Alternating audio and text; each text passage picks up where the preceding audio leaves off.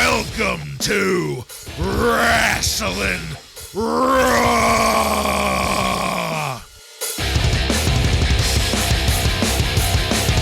All right, you're listening to Wrasslin Raw, the podcast that takes you back to when Raw became war and Attitude ruled. Thank you for joining us. You're here with Ryan Arico. Now, don't worry about it. Somehow, me and Mr. MacMahon will get this thing figured out. Joe Giammatteo. He's battled the language barrier and fought prejudice. Who's this guy? We'll talk about that later. I'm the one and only Jason Bartlett. We're going to examine WWE history. One episode of Raw is War at a time. In this episode of Wrasslin Raw, we're going to be talking about the Raw that aired on January 26th, 1998. This Raw was recorded at the Davis Recreational Hall in Davis, California, and features Jim Ross, Jerry the King Lawler, Michael Cole, and Kevin Oh My God Kelly on commentary. Are you guys ready? I'm ready. Ready. All right, then. Let's get into it. The improvement of Michael Cole's voiceover skills just continued here at the start of this episode. He was describing the recent history between Cold Stone Steve Austin and Iron Mike Tyson. This was including last week's altercation between the two and Vince McMahon's unhappiness at the end result. And this is the only time they're going to show us this altercation footage. I kept track. I kept count. Just in case you missed it. And that replay of that great shove from Tyson and the brouhaha that erupted because of it. You ruined it, goddammit! We won't see that again, I'm sure. That was followed by the media coverage of all of that, which, I mean, this shouldn't be understated. This was a big fucking deal back in 1998, and we'll touch on it again later, but... Again, they're not going to talk about it being in the news either, again. No, but I didn't want, because it's so low-key in this episode, I didn't want any of our listeners to maybe miss the fact that in 98, this was a pretty big deal. We're going to keep that train running with Don King later on tonight, I guess. But JR was on point. He was highlighting the conflict of the world's strongest versus the world's most dangerous as we went into our first match of the night. Ken Shamrock with Ahmed Johnson and the Disciples of Apocalypse. Fuck me. Defeats Mark Henry with the Nation of Domination. That's the full nation. The Rock, Farouk, D'Lo Brown, and Kama Mustafa by disqualification in 3 minutes and 9 seconds. Or 19 seconds, excuse me. So with that result, it's not hard to imagine what's going to probably end up happening here. I ended up being right. But the nation's entrance looks great, as always. And we had the full nation here. This was not piecemeal. And this even included the subtle hints at the program between Rock and Farouk. Farouk edging out The Rock from the center spot there whenever they were doing their fist raise for the hard camera. The Rock ended up behind Farouk, not raising his fist with everyone else and just kind of hamming it up like the jackass that we've all come to know and love. Then when Shamrock came out, fucking Ahmed Johnson came out with him. And that's where I lost all hope for this, because in my research, it did not list this cavalcade of shit that followed Ken Shamrock, because Ahmed then turned and gestured for the DOA to come out behind them. Nice little surprise for you. Yeah. A double shit sandwich. To kick off the show. With extra shit in the form of Ahmed Johnson. Well, really all of them, I mean, my God.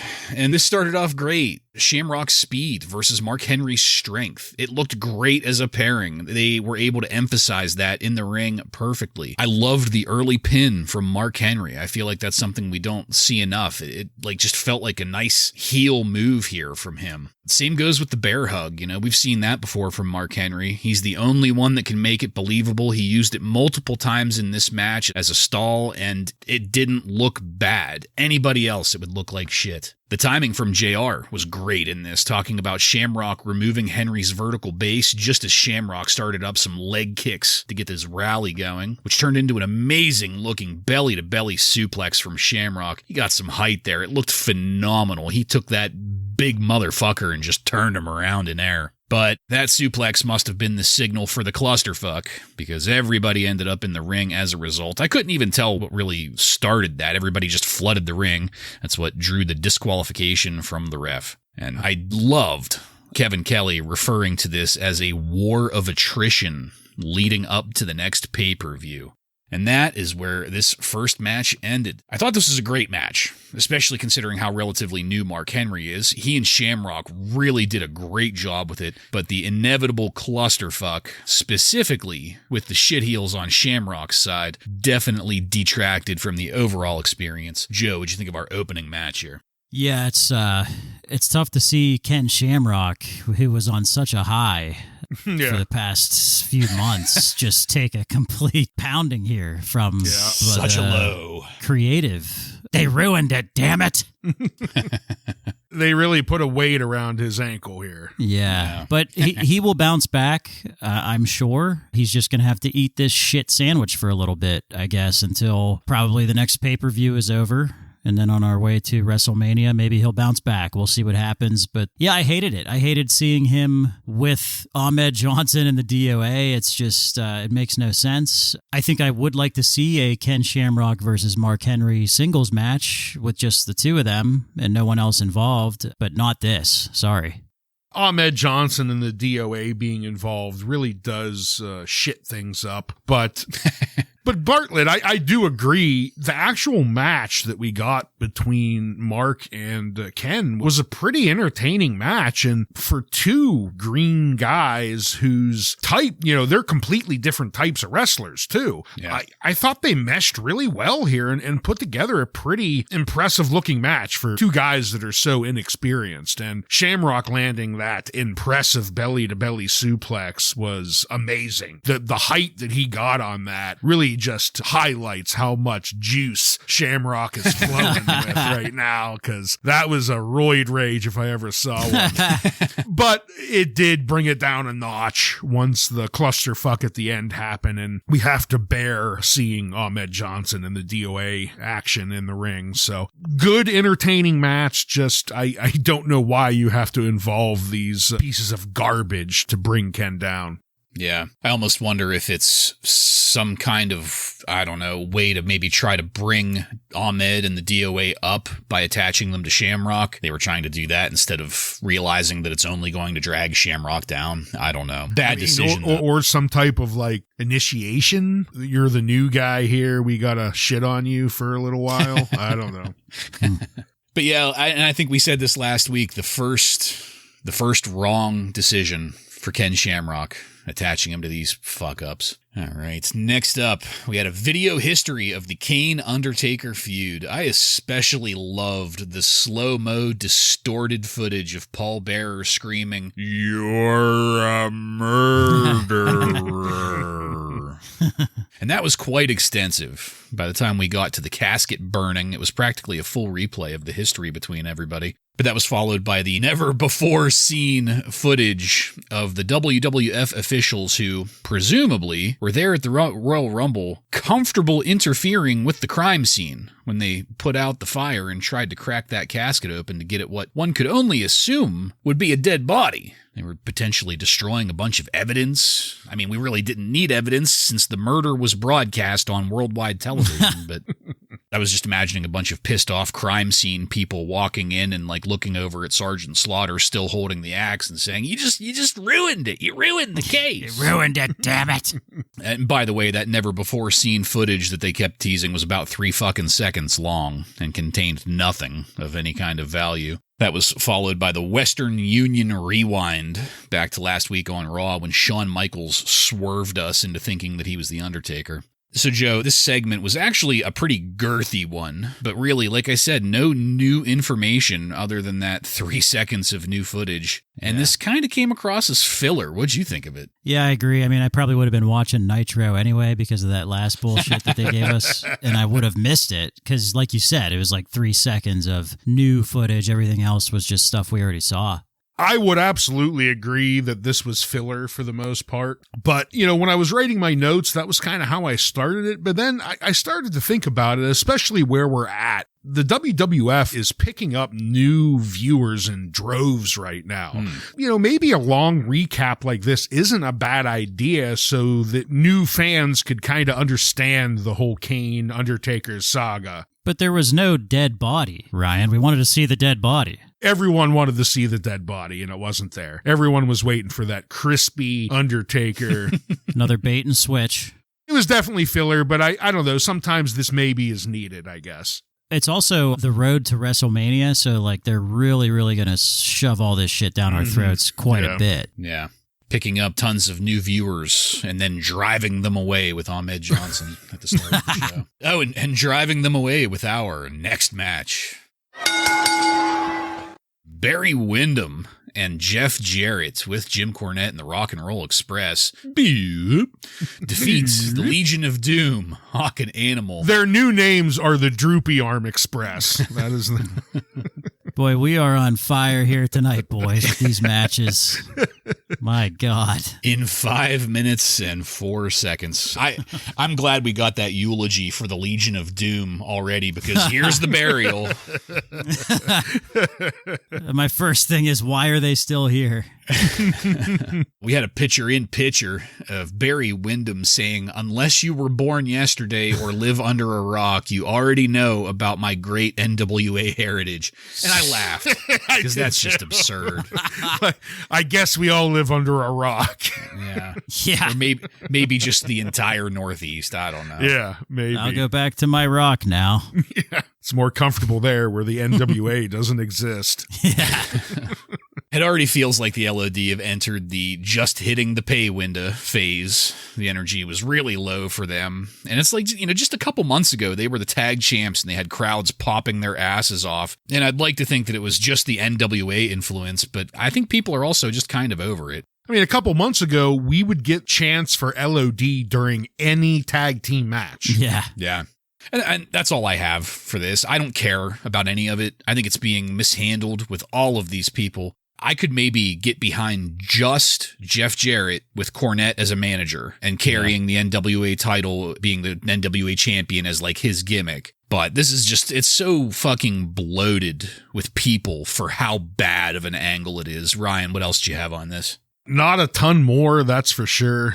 Again, like you, I busted up laughing when Barry Windham talked about how we have to live under a rock if we don't know about his NWA heritage. Nope, don't give two fucks, don't know anything about it. And then, if we're going to make this match even worse, we have the fucking Droopy Arm brothers. They come out, and I just was reaching for things to enjoy. And one of the things I did was James Cornette bringing up Paul Harvey and the rest of the story, because that brought me back to driving around with my grandfather back when I was young. But I mean, that really shows you just how terrible this match was, though.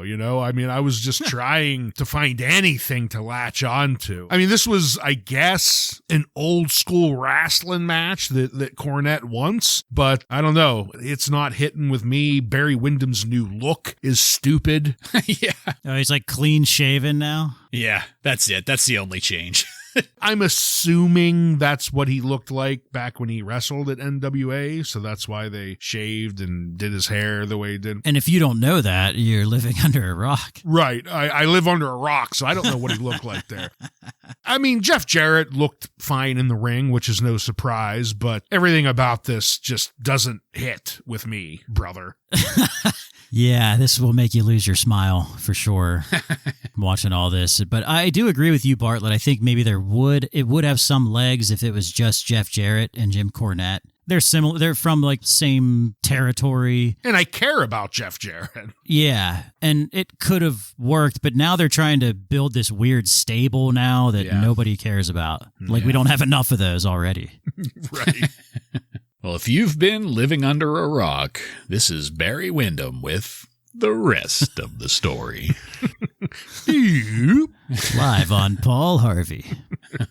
God, just such a, I want to say wasted talent, but that would really only apply to Jeff Jarrett because the rest of these guys, I mean, for fuck's sake. All right, so after that, we got a short but kind of funny view of the DX locker room. This was Triple H standing up and dropping his trousers with the belts, the European and Championship belts, cleverly hiding Triple H's junk. This is while he was getting ready for his match later. Just standing up on his own power there. He wasn't using a crutch to do it. That was followed by another replay of the Stone Cold and Mike Tyson interaction, which this made twice. so far within a half hour, and with approximately an hour left in the episode, I officially started the counter on how many replays of this we were going to get through the night. You're done. That's it. We're not going to get any more. Yeah. Well, it was just a precautionary measure, just in case. I wanted to have a number to report in case our listeners were interested. No way more than twice. We went back to the DX locker room after that, though. Triple H was getting his leg wrapped by Chyna, wincing in pain, saying that Owen is going to get a different kind of Triple H later on tonight for that European title. This was despite Try not being 100%. Shawn Michaels, on the other hand, he went on to start buttering up Mike Tyson, suggesting that Iron Mike and Cold Stone should have a match at WrestleMania rather than Shawn and Austin. Shawn went to rather cleverly then display his referee jersey underneath his jacket, suggesting that he could maybe special ref between Austin and Tyson. He had some great help from Chyna in that. And that was more or less the main message here. I mean, there was more to it, but I try to be into the whole brevity thing, so suffice it to say I was very entertained. Ryan, what'd you think of it? Yeah, I mean, you didn't go in detailed explanation of what happened here, but I probably don't have a ton more to add. This was a pretty solid, locker room segment. The stuff with Triple H was pretty funny. He tells, Owen that even at 50%, he could take out Mr. Hanky. So they're really hammering home that Nugget name still. Michaels does a good job, setting up this story with him and Stone Cold and Mike Tyson, and introduces the idea of a special guest referee. I wonder who will end up being that special guest referee once we get there, but yeah, good segment. This is the main story headed into WrestleMania, so the next couple months here is going to be focused on Shawn Michaels and Mike Tyson and Cold Stone, Steve Austin. So this is good stuff. Although this had to have some people kind of worried, maybe with knowing Shawn Michaels' past and that he has a little injury right now. I bet you some people were pretty worried on the creative team. But this is good. This is the main story for the next 2 months. So I feel like we're going to like everything that they throw at us when it comes to Tyson, HBK, and Cold Stone. Yeah, I'm going to tend to agree with that as long as they keep it fresh. I mean, I'm not talking about this episode specifically with rehashing things over and over again to the point of just kind of becoming nauseating, but they have been doing very good with that in recent history, freshening things up week to week. Speaking of, our next match. Vader versus the artist formerly known as Goldust with Luna ends in a no contest in 3 minutes. Goldust and Luna were dressed as Vader, and I thought Luna was funny as hell, intimidating him, doing that little, shuffle that he does up at the top of the ramp. According to commentary, I guess Goldust asked for this match. I don't know. I was hoping this program was over with the Royal Rumble, but I guess how else are you going to get a crowd to pop for Vader? And frankly, I was zoned out on this until the lights went out and organ music hit. This is a no contest, remember? And I loved JR saying that Kane would walk through hell barefoot. What a great fucking line as Kane was marching his ass down the ramp. Vader actually got a crowd pop and a little bit of a rise out of me when he attempted to go after Kane. He even got Kane into a pile driver. But, of course, Kane sat up out of it, and I laughed long and hard as Kane got Vader's big ass up into a tombstone. Barely. Kane was doing these little stutter steps the whole time, trying to maneuver him around and get him up in the air. 458 pounds. I almost pissed myself with how much difficulty Kane was very clearly having with picking up the mastodon. And he almost fell over 3 times because he had to turn around and get in position for the hard camera. And he did it, and that's it. Goldust came out of this unscathed, and we moved away from it. So yeah, for me at least, the match was passé. But Kane and Vader was just hilarious. Joe, what did you think of it? Yeah, I thought this was pretty good for what it was. I think that having Kane interrupt this was very appropriate and well done. Vader got a little bit of offense there on Kane. You kind of have to do that with a big monster like Vader. And Vader was also on his way to a victory over Goldust here. He was setting up for the Vader bomb, and that's when the organ hit. So that was good timing. Yeah, I thought this was very well done. It was a good Kane interruption.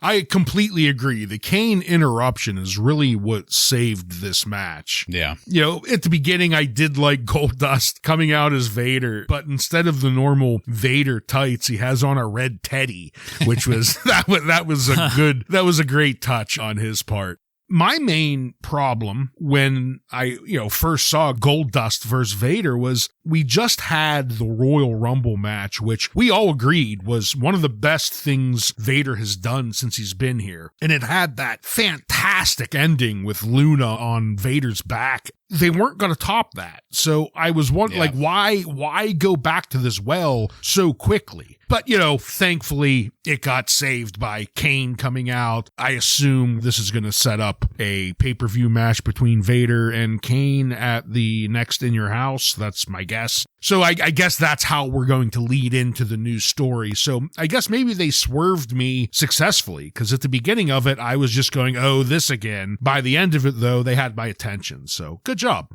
Yeah, agreed. Kane was the saving grace of this because, like you said, I was not very enthusiastic going into it. So very happy to see Kane show up. Something that I did not have quite the same reaction to. Earlier today, we got to eavesdrop on a conversation between Mick Foley and Terry Funk. They were there in the empty arena dressed in street clothes, sitting casually in the ring. And I did not care for this at all. This wasn't a Faces of Foley thing or even Faces of Funk. This was an obviously forced conversation that wasn't quote-unquote breaking kayfabe like they've been trying to do lately. And honestly, I thought this was a really bad example of kayfabing breaking kayfabe, if that makes any sense. And that's it for that. Of course, we finished out the hour with replay number 3 of Tyson and Austin, and that's it. So this was short, but I wanted to get your guys' opinions on this. Like, am I just being an 18%er on this, or was this, not a good look for Cactus and Chainsaw? Joe, why don't you take that first, please? I agree with you. I hated this too. It was just very strange. I'm not sure what the purpose of it was. I think I know a little bit, but why do this when you have a guy who's playing 3 characters? Mm-hmm. Right. And then you have another guy who's playing a character too. I just didn't really understand the purpose of it. Maybe we'll get more information later, but I don't know. I didn't like it either. We're all Foley and Funk fans here, but we're 3 for 3. This just didn't hit. Joe, as you stated, I kind of understand what they're going for here. Mick Foley and Terry Funk, they are so crazy or whatever, they don't even realize they're these other characters or whatever. But they tried to do it with this quote-unquote candid camera, so it was a real conversation, and it just came off too forced and badly acted. I hate to say, for Funk and especially Foley, but yeah, it just felt weird and didn't really hit the mark for me. Yeah. For 2 people with a combined 4 characters between them, this was decidedly out of character for both of them. Yeah. All right. So like I said, that ended the first hour of Raw, and the second hour started with our next match. The New Age Outlaws defeat Cactus Jack and Chainsaw Charlie by disqualification in 5 minutes and 8 seconds. My research said to retain the WWF Tag Team Championship, but I didn't really hear them saying that was on the line. So take it with a grain of salt. I still couldn't get past that video earlier. It did not get me excited for this match. And I think that's important because, we could say that this is officially a long-standing feud at this point, the New Age Outlaws and Cactus and Chainsaw, but it's more story-driven feud than wrestling-driven feud. And that video that we got earlier, it did nothing for the story here at all. Towards the finish, I did love Chainsaw throwing chairs into the ring. 0 repercussions from the referee there. I also loved Cactus removing the protective cup from the Road Dogg's crotch before kicking the Road Dogg in the balls. That was kind of entertaining. I'm not sure what exactly the referee used to justify the disqualification. There were so many things here that could have done it before and after he called for the bell.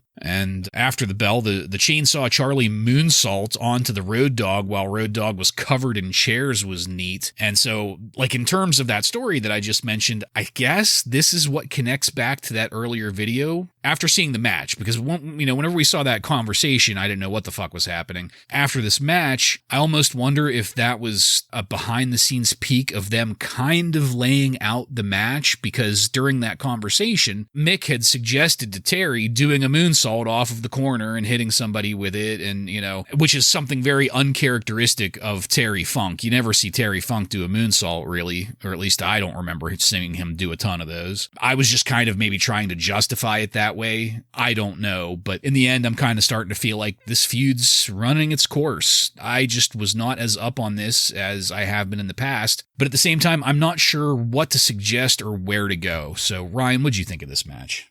I completely agreed with the video not setting anything up, but I disagree with you on this match. I found it very entertaining. And, not necessarily the actual match, and that isn't what mattered here. This was Cactus Jack and Chainsaw Charlie beating the piss out of the New Age Outlaws. And Joe, this kind of further illustrates your point that you were making at Royal Rumble about the Outlaws willing to mix it up with some pretty brutal opponents and gaining some respect. And they did that here for me, because all through it, we got Mick Foley doing his signature dive off the ring apron, but this time he does it with a chair into the ass man. Terry Funk's moonsault onto the triple decker chair on top of Road Dogg. Like, all of that really got me popping. Yeah, I don't know. I enjoyed the hell out of the match.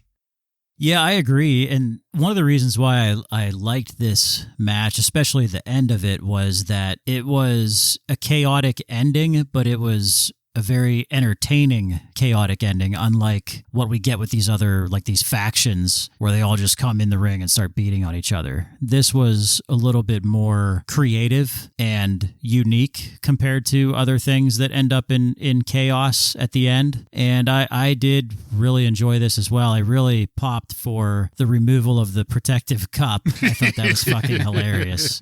I didn't understand why they came out with baseball gear on, and then I realized, okay, is that why they did it? Like, just so they could do that spot with the cup, and that's what fantastic. It seemed like. So yeah, I loved it. There's also something between these two teams that's going to be coming up here real soon that I remember very, very well, and I feel like we're building up to that. So I've enjoyed all of the interactions that these two teams have had so far.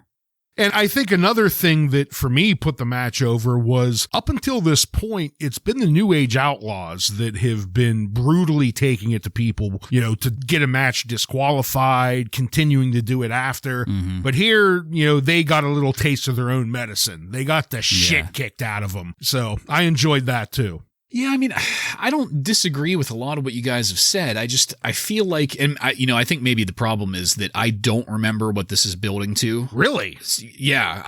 I'm sure once we get there, I'll be like, oh, yeah, duh. You'll remember it when it happens. Yeah, it's iconic. Okay. Well, that's probably what my problem is. It's just, I agree that they have been willing to step up and earn that respect by taking on these brutal opponents, but they've been stepping up and taking on the same brutal opponents now for a few weeks. And I don't mind that necessarily, especially considering the shambles that the rest of the tag team division is in. We can tell a good story with these guys, but I feel like it's maybe in need of freshening up, and their attempt at freshening up this week was to have that candid footage, and it did nothing to do that. So it felt stale to me, I guess. But you know what? Something that's fresh and brand new.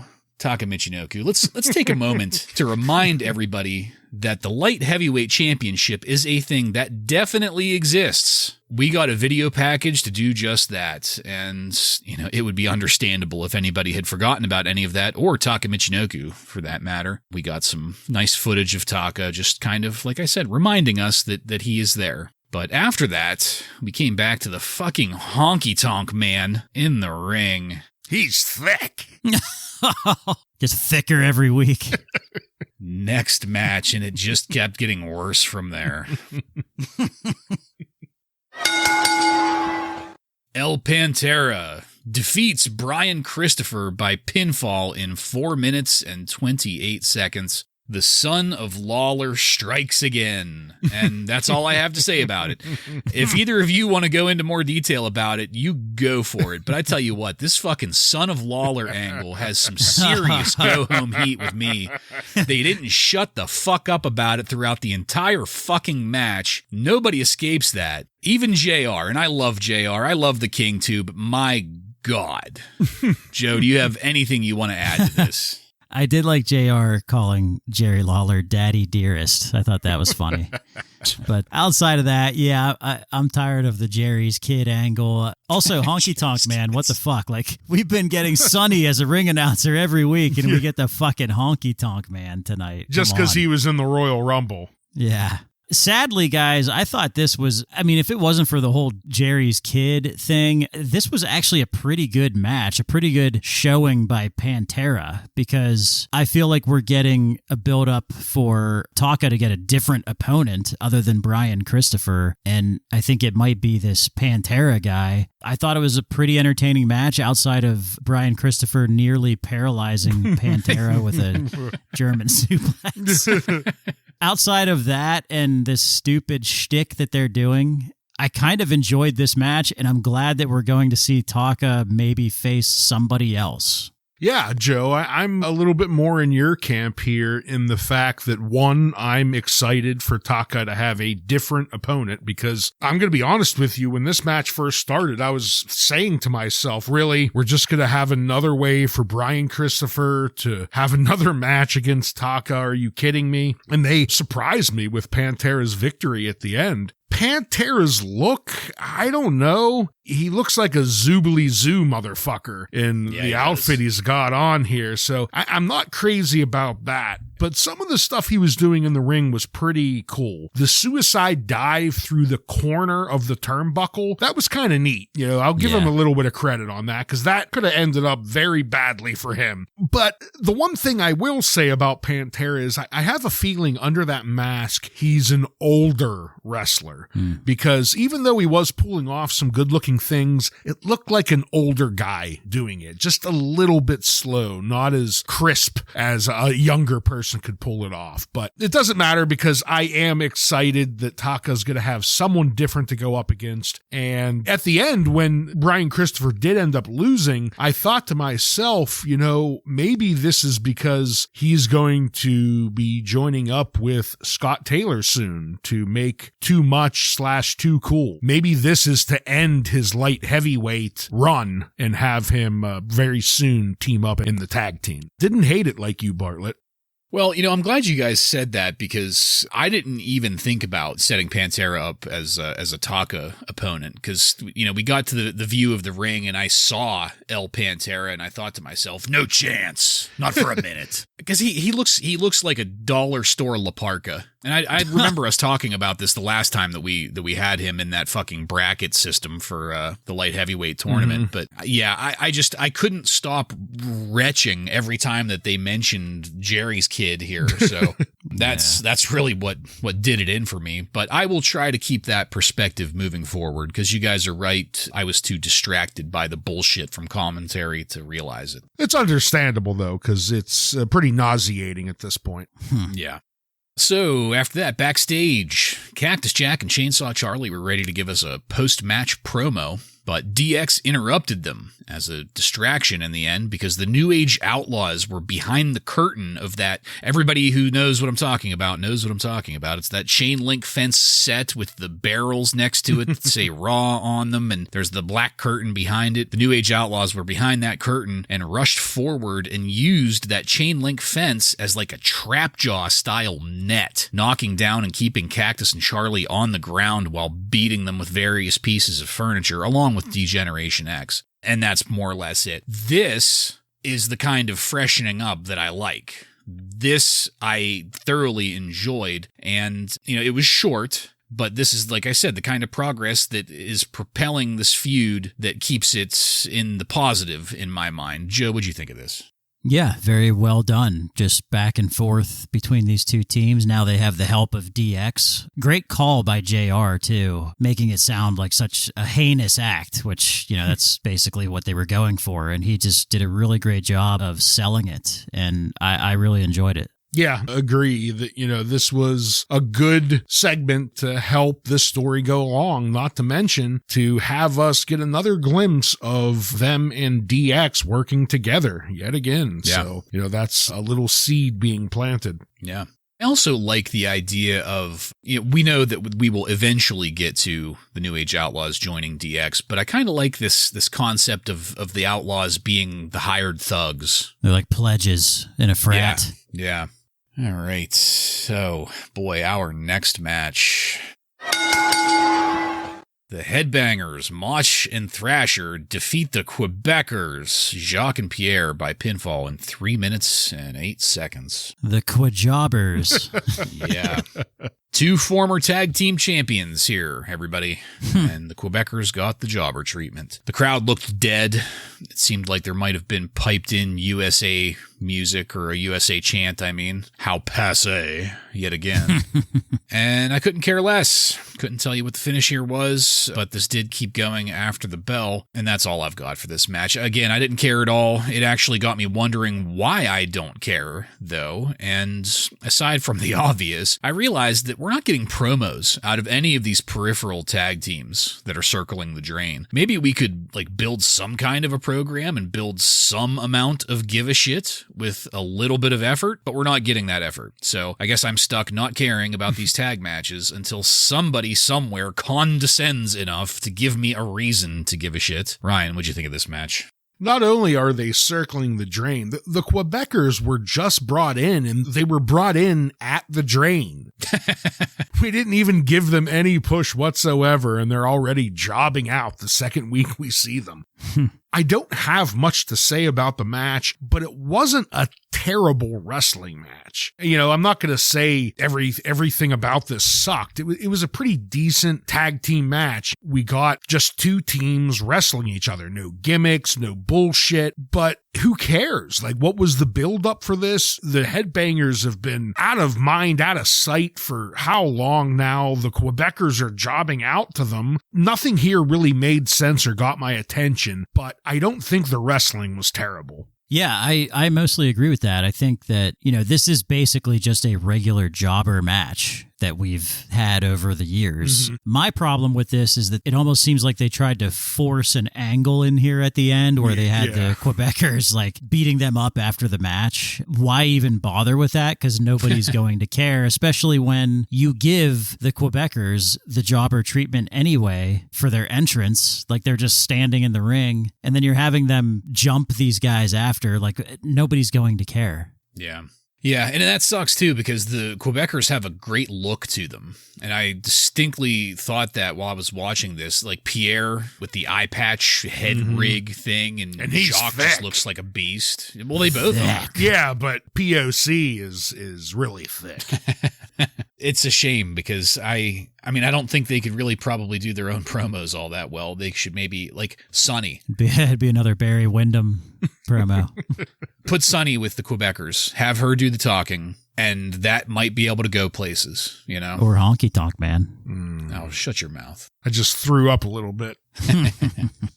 All right, guys, let's go into our final match of the night. Owen Hart defeats the artist formerly known as Goldust with Luna by submission in 5 minutes and 11 seconds to win the WWF European Championship. Try-dust. Goldust came out dressed as Triple H and with a really good prosthetic nose on, I have to say. They super glued that thing on there. It looked like the nose from the Jerk. Yes. Was it the Jerk or the Roxanne? Roxanne, yeah. Luna was dressed as China, but the important part here is that they were carrying the European Championship, the actual title, the belt with them. There was no formal explanation leading into this, no Commissioner Slaughter saying Goldust was an official substitute at the start, nothing. But the match continued anyway. The wrestling here wasn't bad. I don't know how that nose stayed on Goldust with some of the shit they were doing. I mean, it was sealed on there very tightly. I loved it when we got a close-up of Luna and JR said, "You have to wonder what Mother Nature was thinking there." Owen ended up winning with the sharpshooter. That was just as DX got up on the Titantron to shit-talk Owen and take credit for the swerve, bro. But this is when Slaughter finally came out and issued the judgment call, giving Owen the European title. JR lost his shit and called it a blockbuster. Degeneration X acted appropriately outraged. So that's it. Owen Hart is the new European champion, and I can't help but see it as they more or less handed it over to Owen without a fuss. Owen didn't beat Triple H for it. He didn't get that revenge or story or whatever they've been angling at. But it also kind of doesn't matter anyway, because DX has done a great job over the past 2 or 3 months making sure we all know how fucking worthless the European title is anyway. This is just the ongoing burial of Owen Hart as far as I'm concerned. Joe, do you maybe have a better view of this from where you're at? I sort of ignored the burial of Owen Hart here because I guess I'm used to it now after the past several weeks. And I loved this cosplay that Goldust and Luna were doing here. I was just so amazed by it. I'll admit, I was kind of half paying attention when it started. I didn't even know that was Goldust until JR said Hunter Dust. And I was like, oh shit, that's Goldust. Luna is so underrated. She has been absolutely amazing in this artist formerly known as phase. You mentioned earlier when she was making fun of Vader's little side skipping that he does. Charleston shuffle or whatever. Yeah. She knows what to do in front of the camera. You know, she's giving those China facial expressions and flexing her arms and stuff. And I just thought it was great. Yeah, it sucks that Owen just gets buried more, and not only are they burying Owen, but they're kind of burying this European title too. It almost seemed like a participation trophy was awarded to Owen Hart here, which is kind of shitty, but I was just so entertained by Hunter Dust and Luna as China. I really loved it. I agree, Joe. With seeing Goldust come out with that beautiful, huge prosthetic nose. And again, Luna has been really special since she came back. The first time I saw her, I remember saying just how happy I was to have Luna back, and she verifies that every week. The one thing is, you kind of knew going into this that there had to be some shenanigans. We knew Hunter was still injured, so something was going to happen here. And having Goldust come out instead, I guess it's not a huge surprise in the light of they had to swerve us somehow here. But the match itself was pretty solid between Owen and Goldust. I mean, they're both good ring workers. The one thing that I did have to look up, though, was at one point Goldust is being bizarre, and the King blames all of Goldust's issues on El Nino. I was thinking to myself, just because the timing and the years of when this was, so I looked it up, and this is indeed the same El Nino year that Chris Farley warned us against in that fantastic Saturday Night Live El Nino skit. Really? Yeah. It's the same. Okay. I thought Chris Farley died in 97. So this was when he returned to Saturday Night Live. To host. Right. Okay. So this was late 97. He was talking about El Nino coming, and here we are, the beginning of 98. El Nino is now hit. So, yeah, this is the great El Nino skit.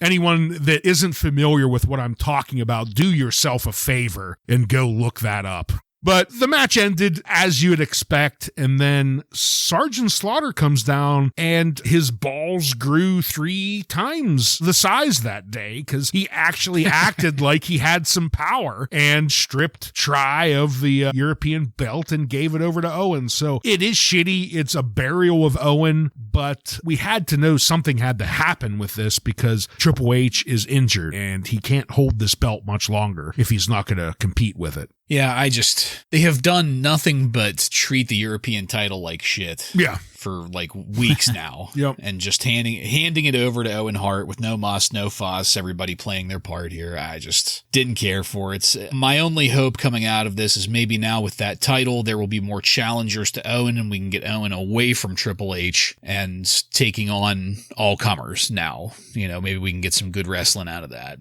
After that, so that was the final match of the night, and at this point we were up to our 6th or 7th replay of Tyson's recent exploits within the WWF, but then we got another full repeat of the confrontation with Austin, putting it up to 8, which was followed by more media coverage of the incident, getting multiple replays from multiple media outlets of that same footage with multiple outlets on our screen at one point. I mean, that put the repeat counter well up into the double digits, so we cut to commercial with JR assuring us that Don King has comments, and Steve Austin does as well, and that was with about 6 minutes remaining in the episode. We had not heard the glass break up until coming up here. We returned to Tyson Austin repeat number 43 after that commercial break. And then finally, Don King. Don King gave us a decent promo explaining that Tyson versus Austin will never happen because the Nevada Sport Commission, or whatever that is in Nevada, won't let Tyson fight. But Don and Vince are going to get together to get Austin and Tyson in the ring together somehow. I'm sorry, Vince who? McMahon. Thank you. The king of the wrestling. And with 4 minutes remaining in the episode, we finally got to the glass breaking. Austin went straight to addressing what happened on Raw last week with Tyson, giving us our first when referring to whether that kind of thing will continue. That's one of the things that Austin does that I always loved, that smart ass. Austin more or less says that he's willing to take on Tyson whenever and wherever. He then works the corners, and we faded to black. So, you know, we obviously knew that they were going to milk this, but it feels like we got about 70 gallons out of this episode. And not just that, like it kind of feels like the rest of the episode maybe suffered a little bit because of it. I know that they need to get as much out of the Tyson thing as they can because it is a winning strategy, but rather than doing it strategically, it felt like they had this empty emphasis on what amounts to zero new information in this episode. Like it felt like more a desperate person clutching at the last lottery ticket they could afford rather than an actual build-up. And I know that's kind of overdoing it a little bit, but it just, this rabid focus on Tyson. You're just making yourself look desperate here, Vince. I don't know. Ryan, what'd you think of this last segment and the way that Raw ended tonight? Like you stated, the replaying of the Mike Tyson Cold Stone confrontation, it was overdone by the end. By the end of the show here, when they're showing it to me again, nothing about it is really entertaining the 12th time we see it. So I felt that missed the mark. But Don King, he does a pretty good promo here for, you know, someone who's not a wrestler. He's certainly a good hype man, and he was able to pull that off in this segment. And I will laugh every time someone calls Vince McMahon MacMan. So I enjoyed that. Stone Cold, you know, he came and did what was needed of him. The crowd went absolutely nuts when the glass broke and he came in. He's at peak right now. He can't really get much bigger. Everyone loves him. He talks shit on Tyson. Everyone eats it up. And then we end it. So I guess it kind of feels like one of those shitty moments when someone just leads you along all fucking night till the last 3 minutes we finally get to see Stone Cold. You know, that's what it felt like to me. His segment was fine. It just felt cheap that this is the first we actually got to see or hear from him all night. Yeah, this is a tough one because, I mean, last week you had an epic showdown. It's tough to follow that, but given the fact that they have time to prepare for that, I feel like they could have done a little bit more here. The big story here is, are we going to get Tyson versus Austin? I mean, that's what they're really trying to push on us. So I kind of get it, why they're doing this. I agree they're overdoing the Tyson stuff, but you know, from a fan perspective, it's like, okay, can we just get to WrestleMania? But from a business perspective, I understand why they're doing it. They're paying Mike Tyson a lot of money. Yeah. And it's getting a lot of attention. So I understand why they're doing that. And I feel like we should probably get used to it. I feel like they're probably going to be doing this every week. especially with Mike Tyson probably being limited on how many times he can actually appear on WWF TV. So, maybe every couple weeks he'll be there, and then we're going to get fucking replays the next week like 1,000 times of what happened there. And we're going to get replays of everything from the very beginning probably 1 million times. Yeah, and I'm glad you brought it up the way you did there, Joe. Like you said, we had so many people hinting and teasing at Tyson versus Austin. We had Shawn Michaels specifically doing it. We've had I don't know. It feels like everybody throughout the episode was talking about it, especially with the amount that they implied that it was going to happen with all of those shoves. Even Austin at the very end saying, "I'll take Tyson on whenever, wherever." Meanwhile, 2 seconds before that, you had Don King saying, "No, that's never going to happen because it's not allowed. The Nevada Commission or whatever it is never going to allow that." But that didn't stop them from still insinuating that it was going to happen. I mean, I think the word there, though, was that the Nevada Commission would never allow a boxing match between Stone Cold and Iron Mike. But I don't think they have any say in a wrestling match. I don't know. It all depends on how that's structured. I really don't know anything about commissions. I know there are boxing commissions and sports commissions, and I know it's different from state to state. So, I mean, I really don't know. He's also serving a suspension right now, so that might have played a part. They may have been a little more strict on what he was allowed to do and not allowed to do. Yeah. And something else that, Ryan, you made me think of while you were giving your comments there, like we talked earlier in the episode about how we would have changed the channel, with Ahmed Johnson and DOA. What's that doing for viewers whenever they're checking back in from Nitro, and every time they check in, they're just getting the same replays? Yeah.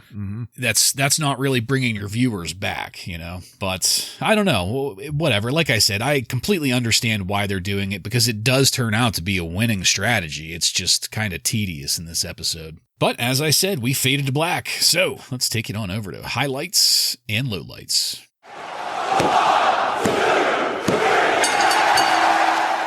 Joe, why don't you take that first? Oh, man. This was a lot of quick-hitting shit in this episode. There wasn't a lot of substance here. For my highlight, I'm going to go with Hunter Dust cosplay with Luna as China. I really enjoyed that. My lowlight is going to be that first match, just ruining Ken Shamrock by saddling him with Ahmed Johnson and the DOA. They ruined it. Damn it.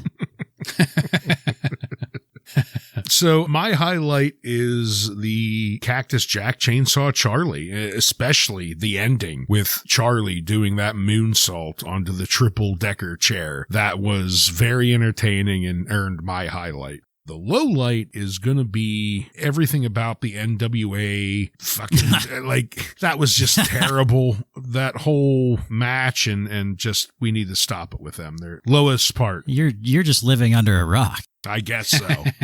This is one of those rare occasions where we're all three different on what we picked. For my highlight, I went with Ken Shamrock versus Mark Henry, because the actual match itself, before all of the shit, I mean, if we're looking at it as just what happened in the ring prior to that disqualification, I thought that was a fantastic match. I was entertained by that. Bonus points goes to No Sable in this episode. So low lights, I had a lot to choose from, but I ended up going with the Son of Lawler rearing its ugly head yet again. I fucking hate it. Can't stand it. Wish we would get the fuck away from it. And I also gave that bonus points because they had to actually remind us that Taka Michinoku exists right before that. Yeah. I think our highlights and lowlights, all three of ours, really highlight the type of Raw this was. We were struggling to come up with a highlight, and there were so many lowlights that it was impossible to pick one. Yeah, I agree with that. Absolutely. So, Joseph, do you have any contemporary wrestling news from on and around January 26, 1998 for us? I do. I've been struggling to read through the Observer and Dave Meltzer's journalism. I've been surprised to see that there's been nothing reported about Shawn Michaels' back injury, but Dave Meltzer is finally reporting on this, saying that Shawn does have a back injury that happened during the casket match, and Shawn Michaels has been out of action since that match. He has not been working any house shows, and he is now listed as day-to-day So keep an eye on that. Butterbean, he is contracted for one more pay-per-view event. Oh. Yay. Now, Dave Meltzer is speculating WrestleMania 14, maybe something with Butterbean, but I wonder if they save it all the way for the next year when he knocks out Bart I Gunn. think you're probably right. That was the first thing I thought of, yeah. So we'll see what happens there. Bart Gunn's punishment for winning. Right. For killing JR's. Well, but also for having the audacity to win the tournament. Yeah. Dr. Death. Dave Meltzer is reporting that Jim Cornette will be managing a new tag team. There's no word on who that is. I know who that is. And possibly managing Bartlett's boy, Tiger Ali Singh. All right. We haven't heard about him in months. Well, get ready. Saddle up. Ever since he got nailed doing his side hustle in the cage there between Undertaker and Shawn. Yeah. Right. Speaking of The Undertaker, Dave Meltzer expects, even though he was burnt to a crisp, he expects The Undertaker to return after the next pay-per-view to start building up to that WrestleMania match against Kane. So my guess is that old Mark Calloway needed some time off to maybe heal up or something. So we'll see if they wait till after the pay-per-view to continue that story. That Kane versus Vader match that's sure to happen. Yeah. And that is all this week. All right. Thank you, Joseph. Illuminating as always. I really look forward to Bob Holly and Bart Gunn as the new Rock and Roll Express. Ooh. So I looked it up just to see. The next pay-per-view is No Way Out of Texas, right? Yeah. Yep. We have a match between Kane and Vader, so I was correct. Oh, way to ruin it for everybody. My God, that's probably the main event. My Hopefully God. Vader's wearing a teddy for that match. Or at least brown pants. And that's it, folks. We are done with this one. I want to thank you again for joining us. If you like what we're doing here and want to connect with us, you can email us at WRASSLINRAW. Just add at gmail.com to the end of that to submit questions or comments. Check us out on social media and on every podcast subscription platform. While you're there, don't forget to follow and subscribe to get every episode of Wrasslin Raw coming to you every week. Give us a 5-star review. Tell all of your friends to tune in to the most unpredictable Monday Night Raw review podcast on the airwaves. Next week on Wrasslin Raw, we're going to take a look at the Raw that aired on February 2nd, 1998, with matches featuring Mark Marrow, Chains, and many more. So, for Joe and Ryan, I'm Jason, and this has been Wrasslin Raw.